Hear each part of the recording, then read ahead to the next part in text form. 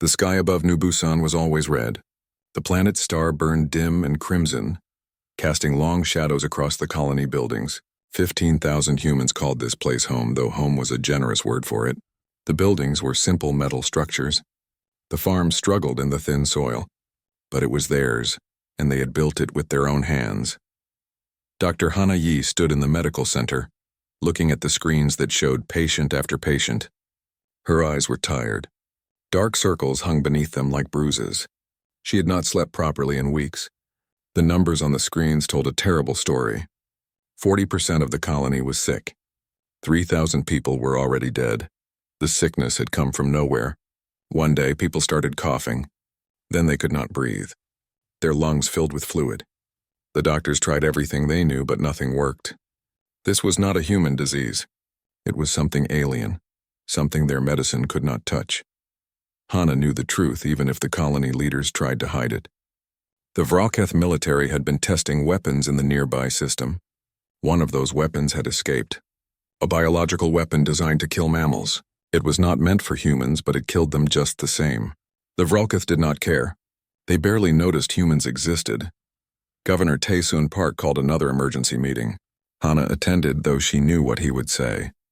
She had heard it before. The governor stood at the front of the room, his face gray with exhaustion and worry. He looked older than his 50 years. "We need to talk about evacuation," the governor said. His voice was quiet but firm.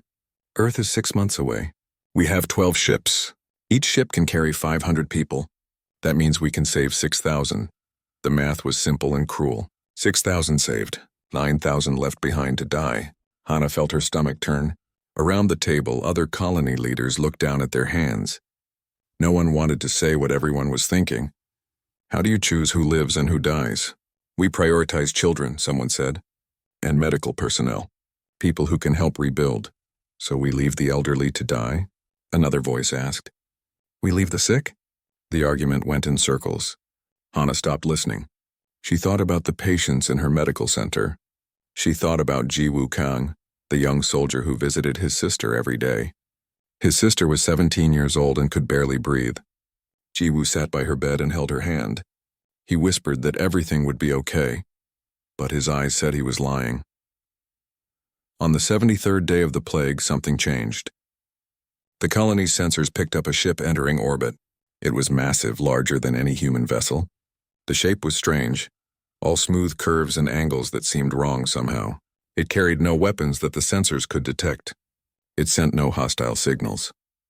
Governor Park stood in the command center staring at the image on the screen. Everyone waited. First contact with unknown aliens could mean salvation or destruction. Usually it meant nothing good. Then the communication came through. The translator software worked hard to convert the sounds into words humans could understand. Clicks and hums became a voice measured and calm. "We are the Lithuran Collective. We have been observing your situation. The biological weapon that affects you was not meant for your species. This is inefficient. You suffer without cause. We possess knowledge that can help you. We offer this knowledge freely." Governor Park exchanged looks with his advisors. Everyone thought the same thing. What was the price? Nothing came free, especially not from aliens. The galaxy had taught humanity that lesson early and hard. "What do you want in return?" the governor asked. "Nothing. Our laws prevent us from staying to help directly, but we can give you the tools to help yourselves. What you do with them is your choice." The transmission included data files, massive amounts of information downloaded to the colony's computers. Chemical formulas, manufacturing instructions, biological analysis of the plague. Everything needed to create a cure. Hana spent 3 days studying the information. It was incredible. The Lithorans understood the plague better than she could have imagined. They had mapped every protein, every genetic sequence. The cure they designed was elegant and simple. Human technology could manufacture it with the equipment the colony already had. The first batch of medicine was ready in 4 days. Hana administered it herself. She injected the clear fluid into the arm of a 10-year-old boy whose lungs were failing. Then she waited. An hour passed. 2 hours. The boy's breathing eased. His oxygen levels rose. By morning, he was sitting up and asking for food. The cure worked. It worked on everyone. Within 2 weeks, the plague was contained. Within a month, New Busan began to recover. The sick became well. The dying lived. The colony was saved. Governor Park requested a final meeting with the Lithoran ship before it left. The alien who appeared on the screen was insectoid, with multiple eyes and clicking mandibles. The translator called her scribe coordinator Thesakara. She looked at them with alien eyes that somehow seemed kind. "Why did you help us?" the governor asked. "You owe us nothing. We are nobody to you." The Lithoran's mandibles moved. The translator turned it into words.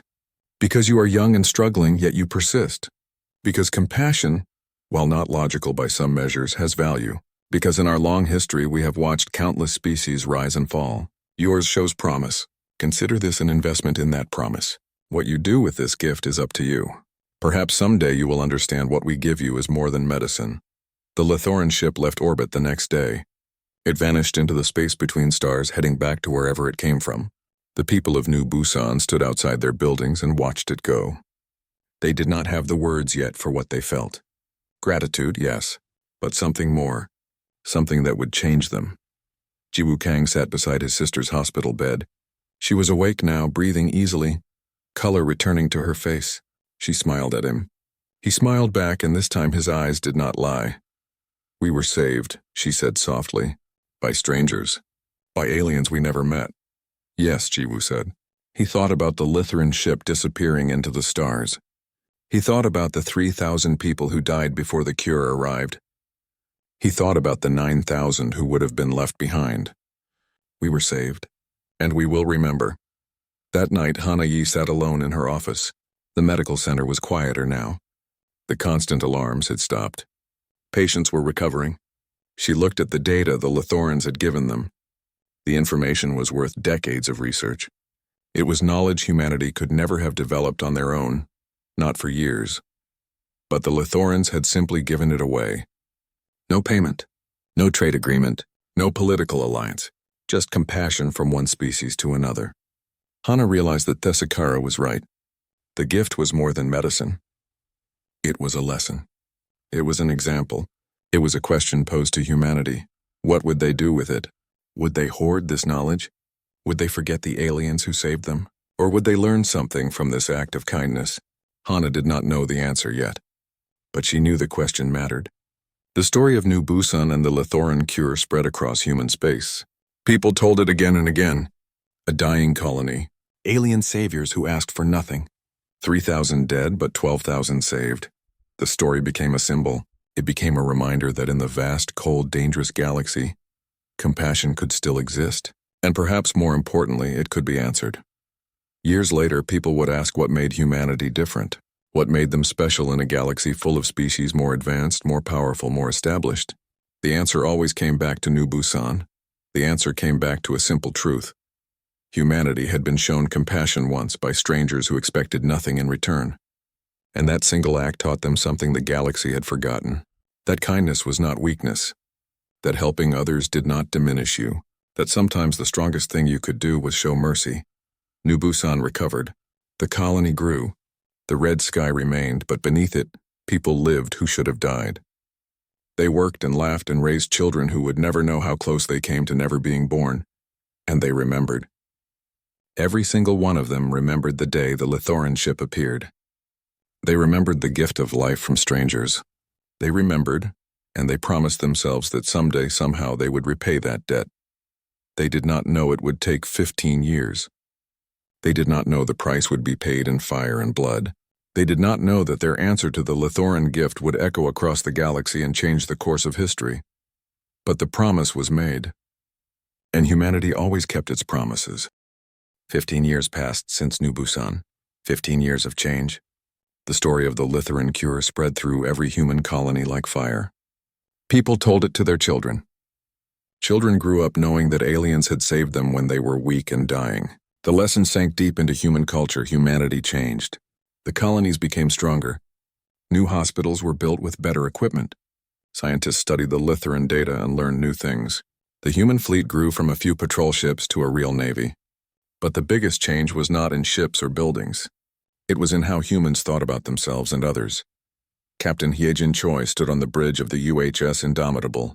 She was 38 years old and she wore her uniform with pride. The ship was new, a heavy cruiser assigned to patrol the frontier. It was powerful and fast. It represented everything humanity had built in 15 years. Yijin remembered New Busan. She had been a child there, 8 years old when the plague struck. She remembered being sick, her lungs burning, unable to breathe.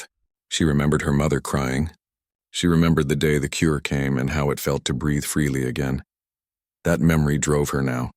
She had joined the fleet because she wanted to protect people the way the Litherans had protected her. She wanted to be someone who helped when help was needed.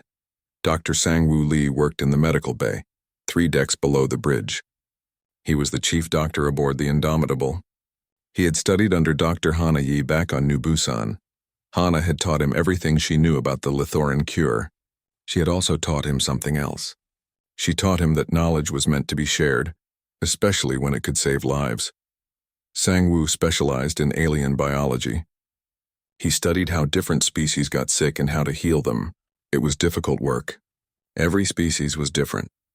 But he believed it was important. If humans were going to live among aliens, they needed to understand them.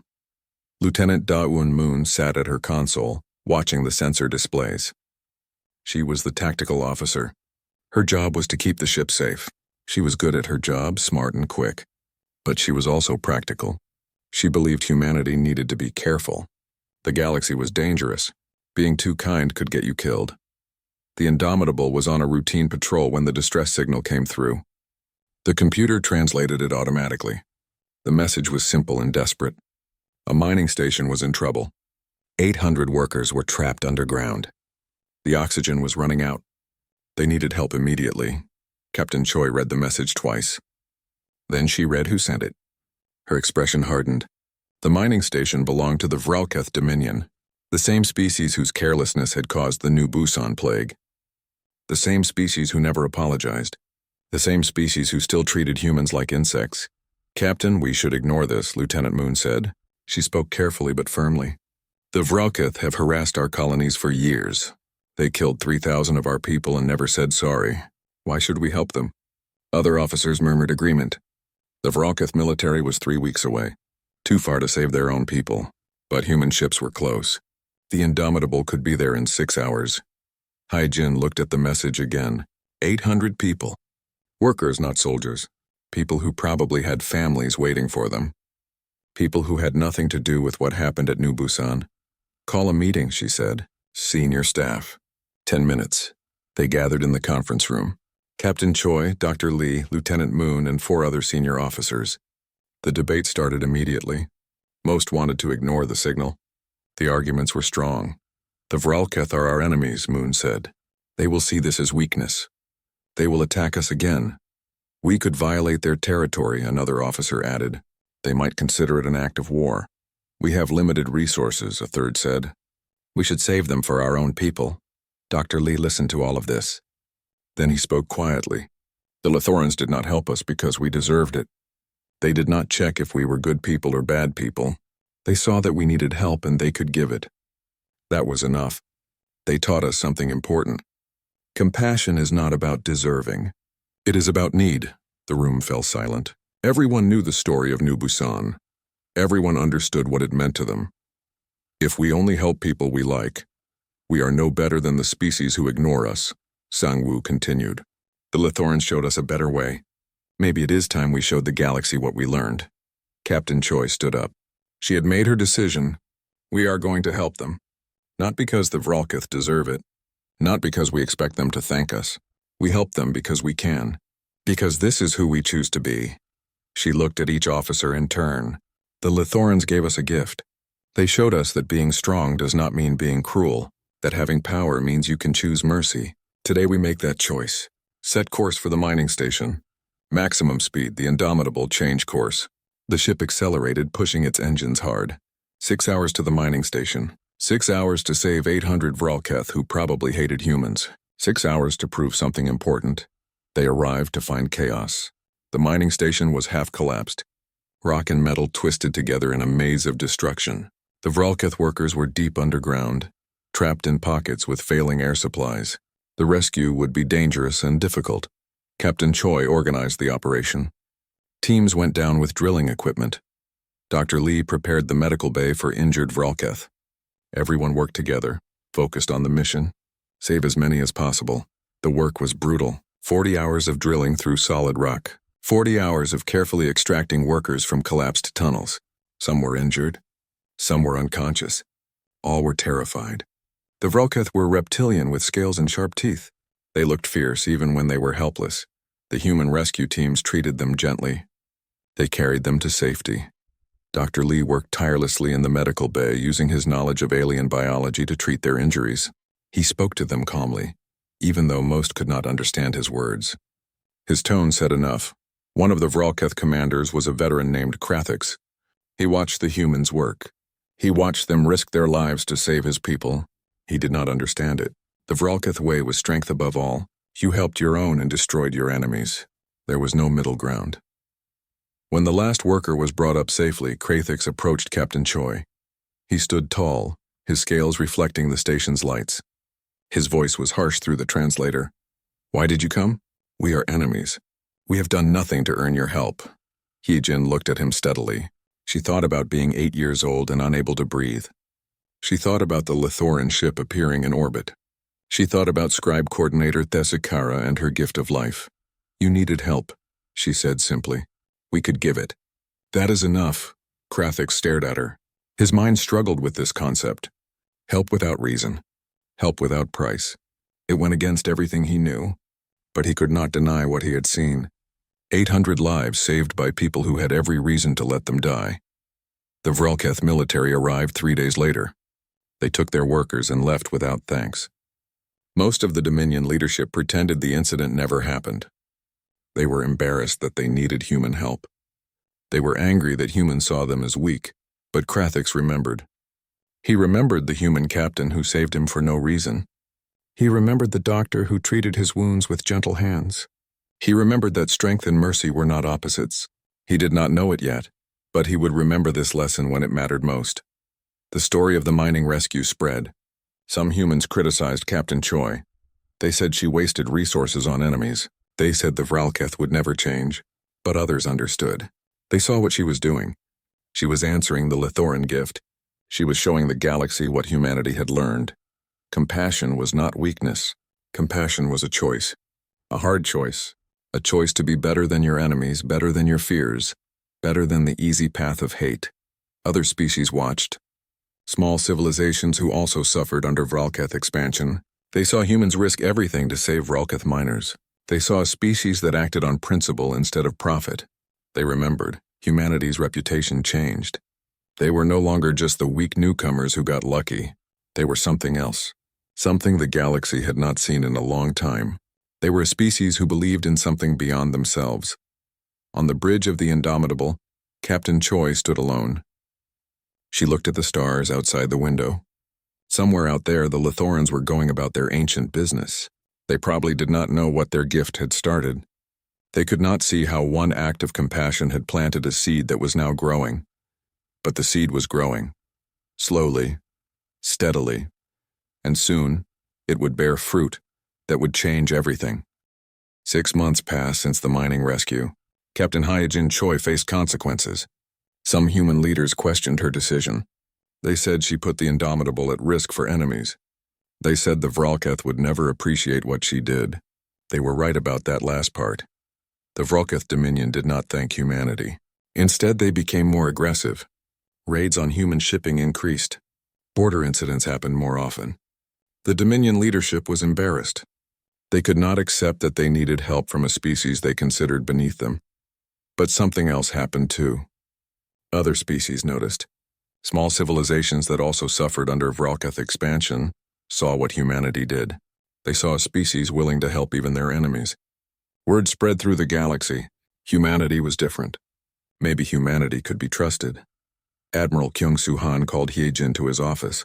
He was commander of the entire frontier fleet, a stern man with gray hair and hard eyes. He had fought in every major conflict humanity faced. He understood war. He understood sacrifice. But compassion was harder for him to understand. "You did the right thing," he told her. His voice was quiet. "I support your decision.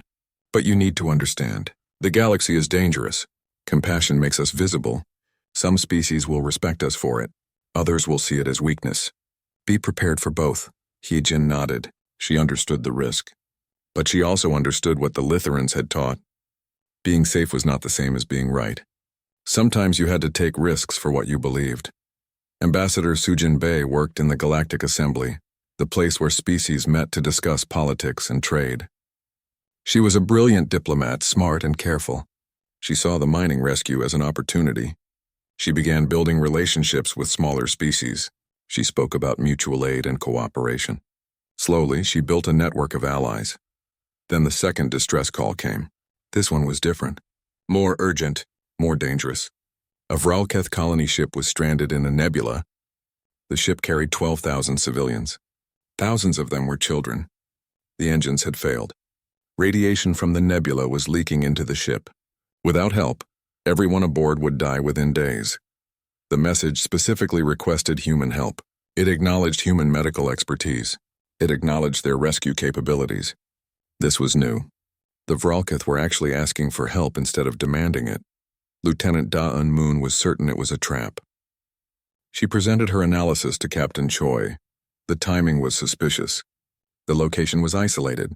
It was perfect for an ambush. The Vralketh could destroy a human rescue fleet and humiliate humanity in front of the galaxy.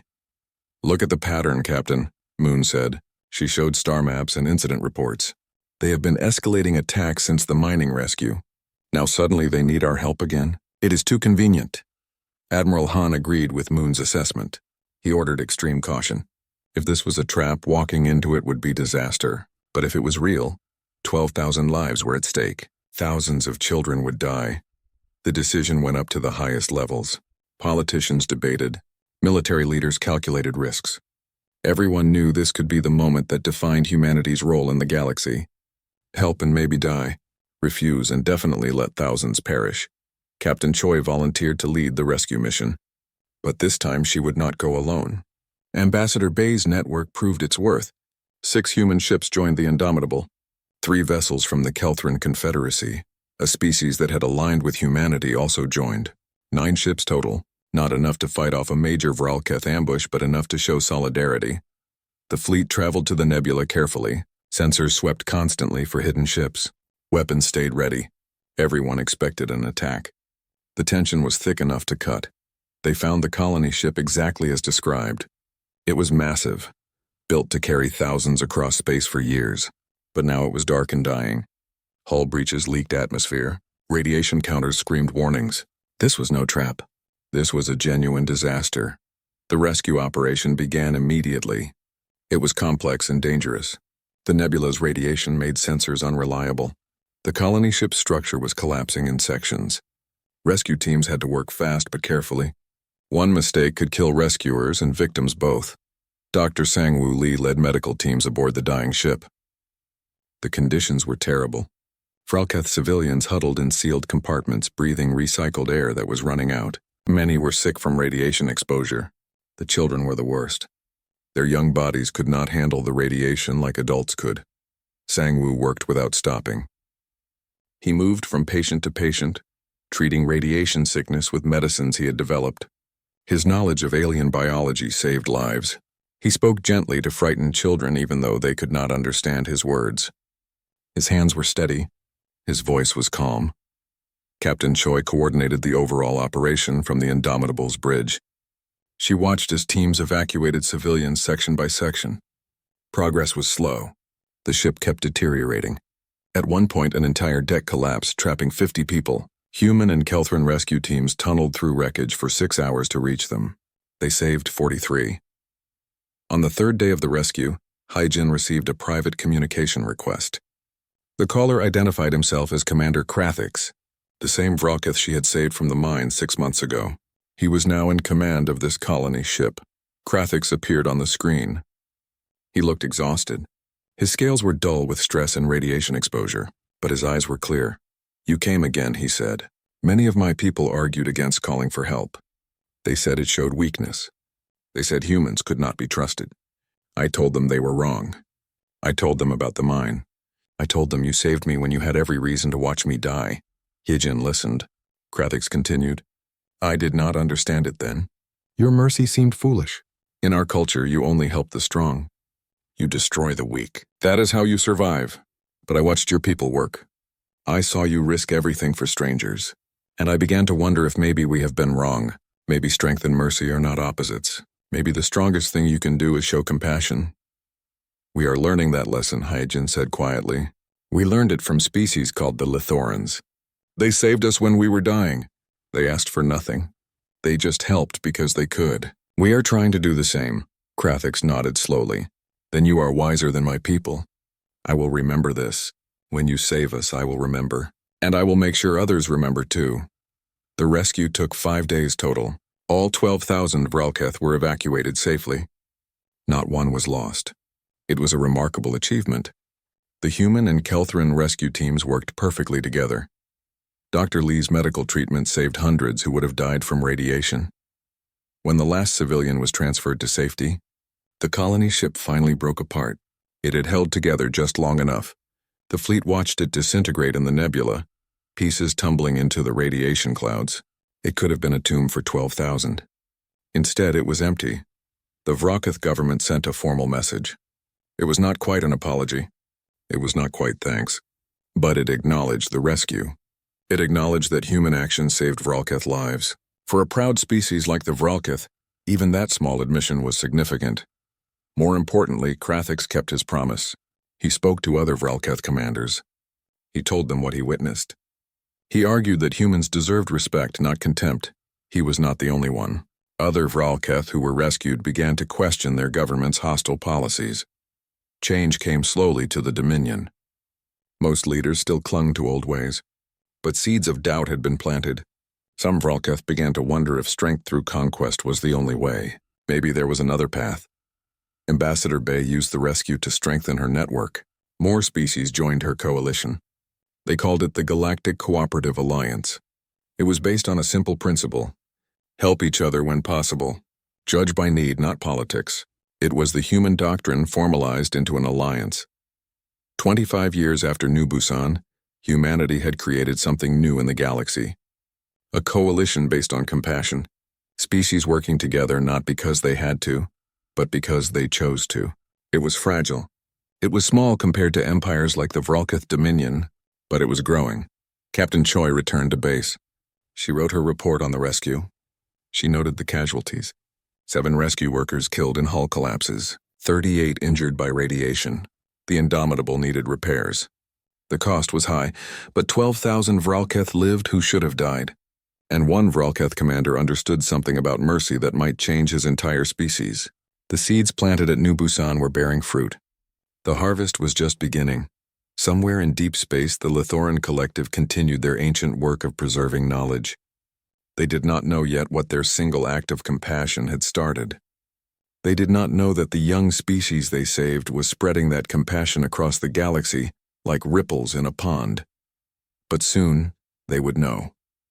Soon they would need that compassion returned, and when that time came, humanity would be ready. 10 years passed. Humanity grew stronger and more respected. The Galactic Cooperative Alliance expanded. 23 species now belonged to it. They shared resources and helped each other. They followed the principle that started at New Busan: help where you can, ask nothing in return. Captain Hyjin Choi was now Fleet Admiral Choi. She commanded all of humanity's frontier forces. Her hair was starting to gray. Lines appeared at the corners of her eyes, but her spirit remained strong. She had become a legend. The girl saved by aliens had grown into humanity's greatest military leader. Dr. Sangwoo Lee now directed all xenological research for humanity. His team studied hundreds of alien species. They developed medical treatments that worked across different biologies. They shared this knowledge freely with anyone who asked. It was their way of honoring the Lithoran gift. Ambassador Sujin Bay had become Secretary General of the Galactic Cooperative Alliance. She worked tirelessly to bring more species into the coalition. She believed that cooperation was stronger than conquest. The alliance proved her right. Together, the member species accomplished things none could do alone. Then came the warning. It arrived from the edge of the galaxy. A species called the Krell was invading. Nobody had heard of them before. They came from beyond the galactic rim, from the dark spaces between galaxies, and they were destroying everything in their path. The Krell were not like other species. They were a hive mind, billions of individuals all thinking as one. They did not communicate. They did not negotiate. They only consumed. They turned planets into resources. They absorbed other species into their collective. They were an extinction event with intelligence. 3 minor civilizations fell to the Krell in the first month. Entire species wiped out, worlds left as empty shells. The Krell moved through space like a swarm of locusts.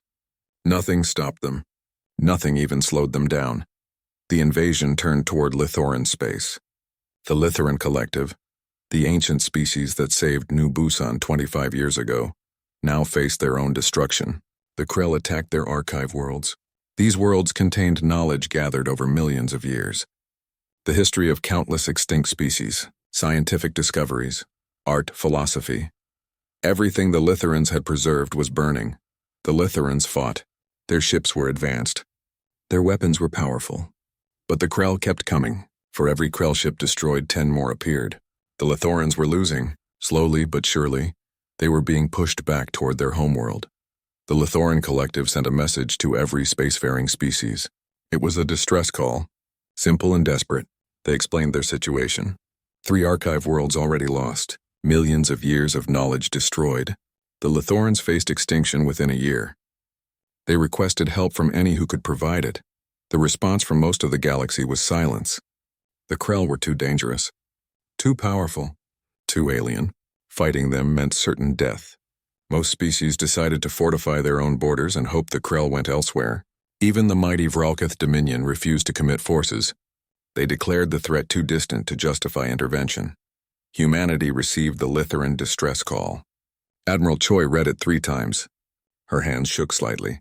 She remembered being 8 years old on New Busan. She remembered her lungs burning. She remembered the day the Lithoran ship arrived and saved them all.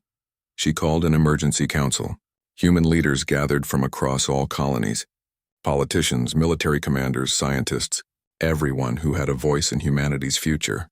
They had to decide, would they go to war for the species that saved them? The debate was brief. Surprisingly brief. Ambassador Bay spoke first. Her voice was steady and clear. The Lithorans saved us when we were nothing.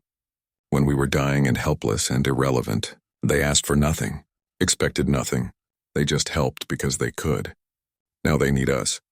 There is no debate to be had. We go. The vote was unanimous. Every single human leader agreed. Humanity would mobilize its entire fleet. They would go to Lithoran space. They would fight the Krell. It did not matter that the Krell were more powerful. It did not matter that humanity might lose. The Lithorans needed help and humanity would give it. Within days, Admiral Choi mobilized every ship humanity had. Battlecruisers, destroyers, medical vessels, supply ships, everything. The fleet assembled at the edge of human space. It was impressive by human standards. 50 major warships, 300 support vessels, tens of thousands of crew members. But against the Krell, it was nothing. A drop of water against an ocean. Everyone knew it. Everyone went anyway. Then something unexpected happened. Other species joined. The Kelthran Confederacy remembered human aid during their crisis. They pledged their entire fleet. The species humanity had helped over the years, all those small civilizations that benefited from the human doctrine, they all sent ships. Even more surprising, some Vralketh came. Not the Dominion officially, but individual commanders who defied their government. Admiral Krathix led a squadron of Vralketh warships.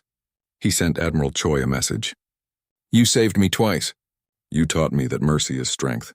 Now I repay that lesson. My ships are yours. The coalition fleet grew, not to the size of the Krell swarm. Nothing could match that. But it became something significant. Dozens of species working together. Hundreds of ships united by a single purpose. Save the Lithorans. Repay the debt of compassion. The fleet traveled to Lithoran space. It took 3 weeks at maximum speed. When they arrived, they found a war zone. Krell ships filled the space around Lithora Prime, the Lithoran homeworld. The planet's orbital defenses were failing. The Lithoran fleet was shattered. A few dozen ships remained, fighting desperately against thousands of Krell. Admiral Choi received a direct communication from the Lithoran homeworld. The signal was weak but clear. A familiar clicking voice came through the translator. Scribe Coordinator Tessakara, The same Lithoran who saved New Busan all those years ago. You came, Thesakara said. The translator could not hide the emotion in her voice. We saved you once, expecting nothing. Yet you risk everything to save us. This is unprecedented in our records. In all our millions of years of history, no species has repaid compassion on such a scale. Admiral Choi smiled. It was a sad smile, but genuine. You gave us a future when we had none. Now we give you one in return. That is what compassion means. It multiplies. You taught us that. Now we teach the galaxy. The battle began. The coalition fleet crashed into the Krell swarm like a hammer. Human ships fought alongside Kelthran vessels. Frelkith warships protected Lithoran survivors. Species that had been enemies weeks ago now died defending each other. The Krell did not understand. They were a hive mind. They did not comprehend why different species would sacrifice for one another. The first week was brutal. Krell ships were biological, living things that grew and divided. They were hard to kill and impossible to stop. The coalition lost ships every day. Hundreds of crew members died. The Kelthran lost a quarter of their fleet. Human casualties mounted steadily. Dr. Lee worked desperately in his research ship. He studied captured Krell tissue. He analyzed their biology. The Krell were a hive mind, which meant they shared everything, including biological vulnerabilities. If he could find a weakness, it would affect the entire swarm. He worked for 6 days without sleep. He used medical knowledge from dozens of species. He used techniques learned from the Lithoran data that saved New Busan. He combined everything he knew about cross-species biology. Finally, he found it. A virus that disrupted Krell neural connections. A medical breakthrough turned into a weapon. The coalition began deploying the virus. Special missiles carried the biological payload deep into Krell formations. At first, nothing seemed to happen. Then Krell ships started behaving strangely. They lost coordination. They attacked each other. The hive mind was breaking down. The tide of battle turned. Slowly at first, then faster. Krell ships fell by the hundreds. The swarm, so unstoppable before, began to retreat. The coalition pressed the advantage. They pushed the Krell back from Lithora Prime, then back from the archive worlds, then out of Lithoran space entirely. The final battle came 3 months after the coalition arrived. Admiral Choi led the assault personally. Her flagship, the Indomitable, drove deep into the main Krell cluster. She delivered the final payload of the virus directly to the central hive. The explosion was visible from orbit. When it cleared, the Krell swarm was shattered. The remaining Krell fled. They retreated beyond the galactic rim, back to whatever darkness they came from. The war was over. The Lithorans were saved, but the cost was terrible. 1/3 of the human fleet was destroyed. Thousands of lives lost. The Kelthran lost their homeworld to a Krell revenge strike. Admiral Krathix died destroying a Krell fortress, his final message simple. I understand now. Compassion is the strongest armor. Admiral Choi stood on the bridge of the damaged Indomitable. She looked at the casualty reports. So many dead, so much sacrificed. But the Lithoran collective survived. Their archive worlds were saved. Millions lived because a coalition of species chose to fight for them. Thesakara contacted her one more time. You have repaid our gift beyond measure. You took one act of compassion and built an alliance that saved the galaxy. Humanity has become legend. Admiral Choi shook her head slightly. We only did what you taught us. We showed the galaxy what compassion can build. The war against the Krell ended, but its echoes continued. The galaxy was changed. Species that once ignored each other now worked together. The Galactic Cooperative Alliance grew stronger. More species joined every month. The lesson of the Krell War was clear. Unity was stronger than isolation. Compassion was stronger than conquest. On Lithora Prime, the Lithoran homeworld, a monument was built. It was massive, made of crystal that caught light and turned it into rainbows. The Lithorans called it the Resonance Archive. It contained holographic records of everything that happened, from the plague on New Busan to the final battle against the Krell. Every moment recorded, every sacrifice remembered. The dedication ceremony brought together representatives from every species that fought. Humans stood beside Lithorans. Kelthran stood beside Vralkith. Former enemies, now friends, united by shared sacrifice. Thousands gathered to watch. Millions more watched through broadcasts across the galaxy. Scribe coordinator Thesakara gave the dedication speech. She was old now, even by Lithoran standards, but her voice was strong. The translator carried her words across the crowd and across space to waiting ships and planets. 25 years ago, Thessalcara began, we showed a young species compassion. We gave them medicine to survive a plague. We asked nothing in return. We did not know what would come of this simple act. We could not have predicted what humanity would do with our gift. They took that compassion and multiplied it. They saved their enemies. They helped strangers. They risked everything to return what we gave them. And in doing so, they created something unprecedented. A coalition of compassion, species united not by fear or greed, but by the belief that we must help one another. Today we honor not just humanity, but all who fought, all who chose mercy over safety, all who proved that kindness is not weakness. What we gave as charity has been repaid as legend. Humanity showed the galaxy what compassion can build. We will never forget. The crowd was silent for a moment. Then they began to cheer. Humans and aliens together, celebrating what they had accomplished. Fleet Admiral Choi stood in the front row. She was older now, her hair mostly gray. She thought about the 8-year-old girl who could not breathe. She thought about how far they had all come. After the ceremony, changes continued across the galaxy. The Vralkith Dominion underwent a revolution. The old government fell. Admiral Krathix had become a symbol before his death. Many Vralkith remembered his words. Compassion is the strongest armor. A new regime took power, one committed to cooperation instead of conquest. The new Vralkith government formally apologized for New Busan. They acknowledged their role in causing the plague. They offered reparations. More importantly, they joined the Galactic Cooperative Alliance. The species that once terrorized human colonies now worked alongside them. Dr. Sang-Woo Lee converted his bioweapon research into medicine. The virus that defeated the Krell was adapted to treat diseases across dozens of species. It saved millions of lives. The Litherans shared their archives more freely, giving every species access to millions of years of accumulated knowledge. Scientific progress accelerated across the galaxy. The human doctrine became official policy for the Alliance. Help when possible. Judge by need, not politics. Expect nothing in return. It was simple. It was radical. It worked. Species that followed these principles found themselves stronger, not weaker. They gained allies instead of enemies. They built trust instead of fear. 5 years after the Krell War, Admiral Choi retired. She returned to New Busan, the colony where it all began. The planet had grown. 50,000 people now called it home. The red sky was still there, but beneath it life thrived. Farms produced food. Children played in parks. It was a real home now, not just a struggling colony. Choi visited the Plague Memorial. 3,000 names were carved into black stone. Those who died before the Lithoran cure arrived. She stood there often, remembering. Dr. Hana Yi joined her. Hana was ancient now, over 90 years old. But she still came to the memorial every week. We were given a gift, Hana said softly. She looked at the names on the wall.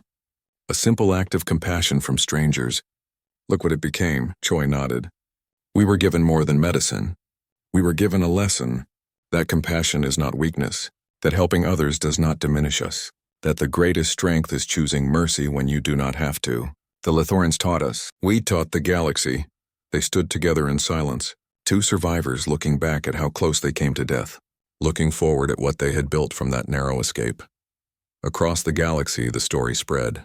It was told in 1,000 languages on 100 worlds. Children learned about New Busan and the species who saved them. They learned about humanity's choice to repay that gift, not once but again and again. They learned about the coalition that formed because one species remembered compassion. The story became legend, not the kind of legend that glorified war or conquest. A different kind. A legend about mercy, about helping those who could not help themselves, about building bridges instead of walls, about choosing to be better than your enemies, better than your fears, better than the easy path of selfishness. Teachers used it to explain ethics to students.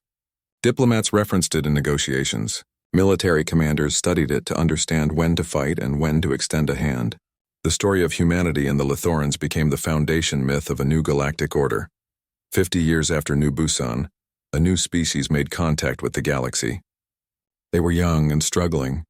They faced challenges that threatened their existence. Disease, resource shortages, hostile neighbors. They sent out desperate calls for help, not really expecting anyone to answer. The Galactic Cooperative Alliance responded immediately. Ships from a dozen species arrived. Humans led the relief mission, but Lytherans provided medical knowledge. Frolketh ships protected the new species from threats.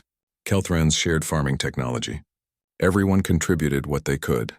The relief commander was Admiral Jiwoo Kang, the same Jiwoo who sat beside his dying sister 50 years ago on New Busan. He was old now, his hair white, his face lined with years, but his eyes were clear and kind. He oversaw the aid operations personally, making sure the new species received everything they needed. The leaders of the new species did not understand. Why would strangers help them? What did the Alliance want in return? Jiwoo smiled when they asked. He had heard these questions before. Everyone asked them at first. We want nothing, he told them. We help because you need help and we can give it. That is enough. Once, long ago, my species was dying. Strangers saved us. They asked for nothing. They taught us that compassion is a gift that multiplies. We pass that gift to you. Someday, perhaps you will pass it to someone else. The new species did not fully understand. Not yet, but they would. They would grow. They would remember this moment. And perhaps when the time came, they would help another species in need. The cycle would continue. Back on New Busan, the memorial had grown. New sections had been added over the years, not just for those who died in the plague, but for all who fell defending the principle of compassion. The Kelthrans who lost their homeworld, the Vrolketh who died protecting Lithoran civilians, the humans who gave their lives fighting the Krell. Thousands of names, thousands of sacrifices. But for every name on that wall, 10,000 lived who should have died. For every sacrifice, 100 species found hope. The math of compassion was strange. You gave and somehow ended up with more. You lost and somehow gained. It defied logic but proved true again and again. Admiral Choi passed away at age 87. Her funeral was attended by representatives from 40 species. The girl saved by alien compassion had become the woman who saved the galaxy. Her legacy was written not in conquest or wealth, but in lives touched and principles upheld. Dr. Lee continued his work until he was 93. He trained hundreds of students in cross-species medicine. Each one carried forward his belief that knowledge should be shared, that healing should be universal, that every life had value regardless of species. Scribe coordinator Thesakara lived to see her species not just survive, but thrive. The Lithorans, once solitary scholars, became active participants in galactic affairs. They taught, they shared, they learned. The species that once only observed now engaged with the universe. In her final years, Thesakara recorded one last message for the archives. It was simple, just a few words. But they captured everything that had happened since that day she arrived at New Busan with medicine for dying humans. We showed them compassion once. We expected nothing. They repaid us with legend. They taught the galaxy that kindness is not weakness, that mercy is not surrender, that the strongest thing any species can do is help another. This is their gift to us. This is their gift to all. May it never be forgotten. The message was preserved in the Resonance Archive. It played for visitors from across the galaxy. Species that had never heard of humans or Lithorans learned the story. They learned that compassion could change the universe, that a single act of kindness could echo across decades and light years, that doing good was not foolish even in a dangerous galaxy. They stood together in silence, two survivors looking back at how close they came to death, looking forward at what they had built from that narrow escape. Across the galaxy, the story spread. It was told in 1,000 languages on 100 worlds. Children learned about New Busan and the species who saved them. They learned about humanity's choice to repay that gift, not once but again and again. They learned about the coalition that formed because one species remembered compassion. The story became legend, not the kind of legend that glorified war or conquest. A different kind, a legend about mercy, about helping those who could not help themselves, about building bridges instead of walls, about choosing to be better than your enemies, better than your fears, better than the easy path of selfishness. Teachers used it to explain ethics to students. Diplomats referenced it in negotiations. Military commanders studied it to understand when to fight and when to extend a hand. The story of humanity and the Lithorans became the foundation myth of a new galactic order. 50 years after New Busan, a new species made contact with the galaxy. They were young and struggling. They faced challenges that threatened their existence: disease, resource shortages, hostile neighbors. They sent out desperate calls for help, not really expecting anyone to answer. The Galactic Cooperative Alliance responded immediately. Ships from a dozen species arrived. Humans led the relief mission, but Lithorans provided medical knowledge. Vralketh ships protected the new species from threats. Kelthrans shared farming technology. Everyone contributed what they could. The relief commander was Admiral Jiwoo Kang, the same Jiwoo who sat beside his dying sister 50 years ago on New Busan. He was old now, his hair white, his face lined with years, but his eyes were clear and kind. He oversaw the 8 operations personally, making sure the new species received everything they needed. The leaders of the new species did not understand. Why would strangers help them? What did the Alliance want in return? Jiwoo smiled when they asked. He had heard these questions before. Everyone asked them at first. We want nothing, he told them. We help because you need help and we can give it. That is enough. Once, long ago, my species was dying. Strangers saved us. They asked for nothing. They taught us that compassion is a gift that multiplies. We pass that gift to you. Someday, perhaps you will pass it to someone else. The new species did not fully understand. Not yet, but they would. They would grow. They would remember this moment. And perhaps when the time came, they would help another species in need. The cycle would continue. Back on New Busan, the memorial had grown. New sections had been added over the years, not just for those who died in the plague, but for all who fell defending the principle of compassion. The Kelthrans who lost their homeworld, the Vralketh who died protecting Lithoran civilians, the humans who gave their lives fighting the Krell. Thousands of names, thousands of sacrifices. But for every name on that wall, 10,000 lived who should have died. For every sacrifice, 100 species found hope. The math of compassion was strange. You gave and somehow ended up with more. You lost and somehow gained. It defied logic but proved true again and again. Admiral Choi passed away at age 87. Her funeral was attended by representatives from 40 species. The girl saved by alien compassion had become the woman who saved the galaxy. Her legacy was written not in conquest or wealth, but in lives touched and principles upheld. Dr. Lee continued his work until he was 93. He trained hundreds of students in cross-species medicine. Each one carried forward his belief that knowledge should be shared, that healing should be universal, that every life had value regardless of species.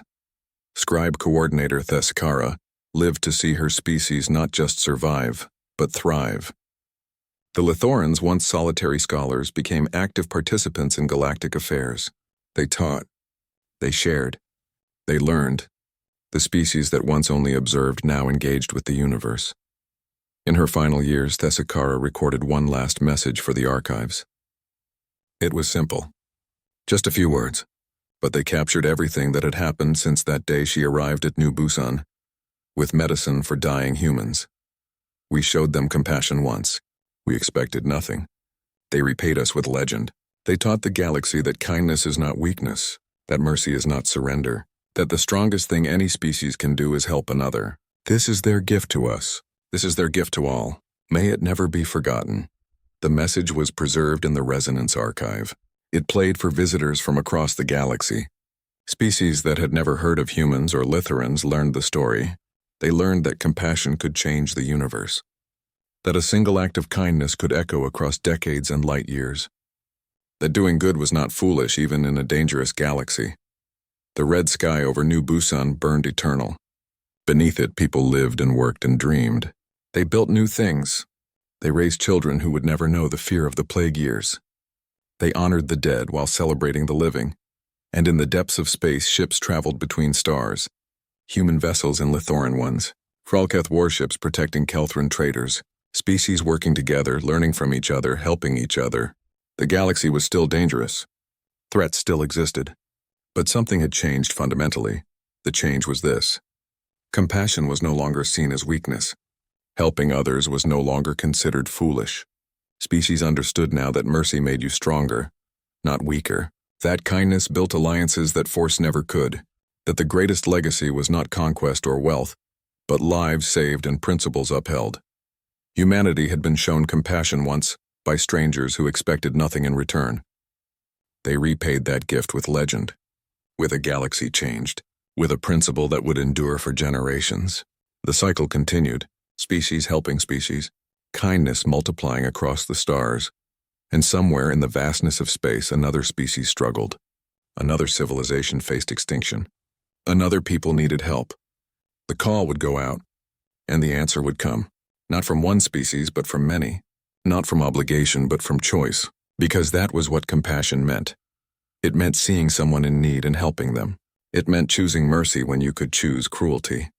It meant believing that making the universe better was worth the cost. It meant remembering that we are all fragile. We all struggle. We all need help sometimes. The Lithorans taught humanity this lesson. Humanity taught the galaxy. And the galaxy would teach the universe. The legend continued. The compassion multiplied. The cycle went on.